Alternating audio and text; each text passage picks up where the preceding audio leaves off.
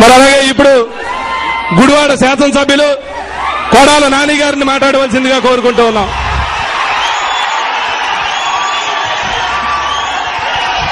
ఈరోజు ఈ ఏలూరులో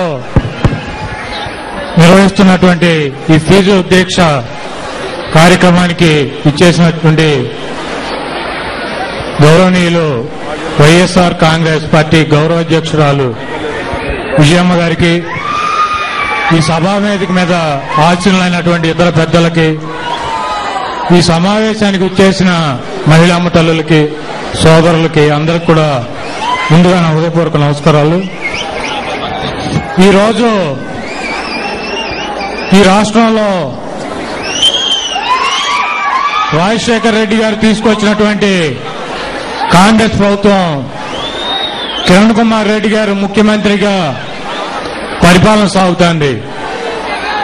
రాజశేఖర్ రెడ్డి గారు పెట్టినటువంటి సంక్షేమ కార్యక్రమాలకి ఆయన తూట్లు పడవటానికి ఆ సంక్షేమ కార్యక్రమాలన్నింటినీ కూడా తొలగించి కొత్త రకమైనటువంటి పథకాలను తీసుకొచ్చి ఈ రాష్ట్రంలో రాజశేఖర్ రెడ్డి గారి పేరుని, అదేవిధంగా ప్రజల హృదయాల్లో ఉన్నటువంటి వ్యక్తిని చెరిపేసి ఆయన ముద్ర వేసుకోవాలని ప్రయత్నం జరుగుతోంది.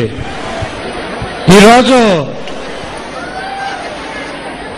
కిరణ్ కుమార్ రెడ్డి గారు ముఖ్యమంత్రి అయిన తర్వాత ఈ రాష్ట్రంలో ఉన్నటువంటి అనేక బడుగు బలహీన వర్గాలు వాళ్ళ సంక్షేమాన్ని వదిలి ఆయన పదవిని కాపాడుకోవడానికి ఎక్కువ సమయం కేటాయిస్తున్నటువంటి వ్యక్తి కిరణ్ కుమార్ రెడ్డి గారు.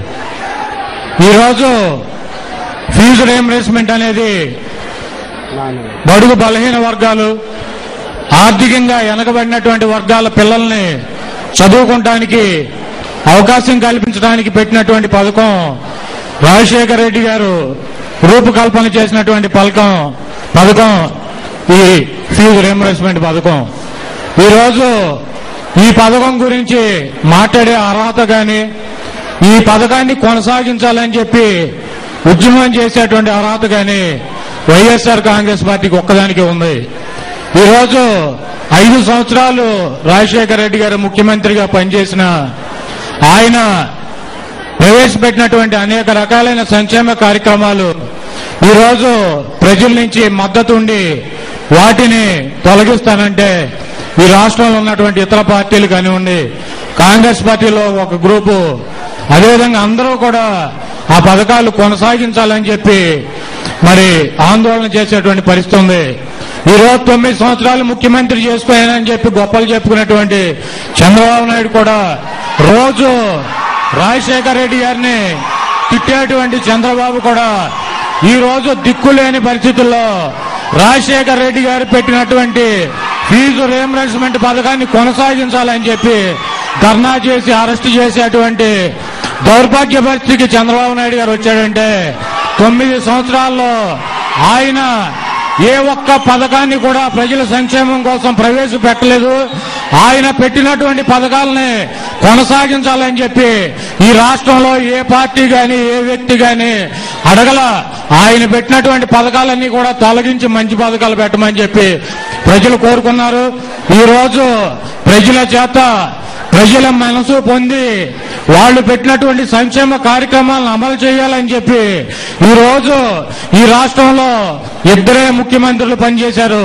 మరి ఆ రోజు అన్న ఎన్టీ రామారావు, ఆ తర్వాత పరిపాలించినటువంటి ముఖ్యమంత్రులు వైఎస్ రాజశేఖర రెడ్డి గారు ఇద్దరూ కూడా మరి వాళ్ళకంటూ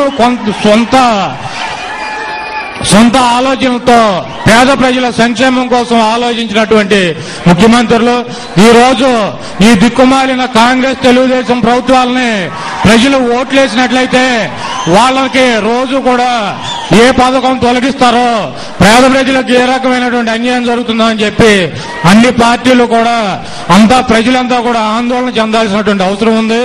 ఈ రోజు మరి రాజశేఖర రెడ్డి గారు పెట్టినటువంటి సంక్షేమ కార్యక్రమాలు కానివ్వండి, లేకపోతే రేపు రాబోయే రోజుల్లో కొత్త పథకాలు కానివ్వండి, పేదవాడికి దళితులకి, బీసీలకి, ఎవరికైనా కూడా మరి అందుబాటులో ఉండి వాళ్ళు గుండె మీద చెయ్యేసి నిద్రపోవాలంటే ఈ రాష్ట్రంలో వైఎస్ జగన్మోహన్ రెడ్డి గారి ప్రభుత్వం రావాల్సినటువంటి అవసరం ఉంది. కాబట్టి మేమందరం కూడా ఆయనకి మద్దతు తెలపడానికి ఇక్కడికి రావడం జరిగింది.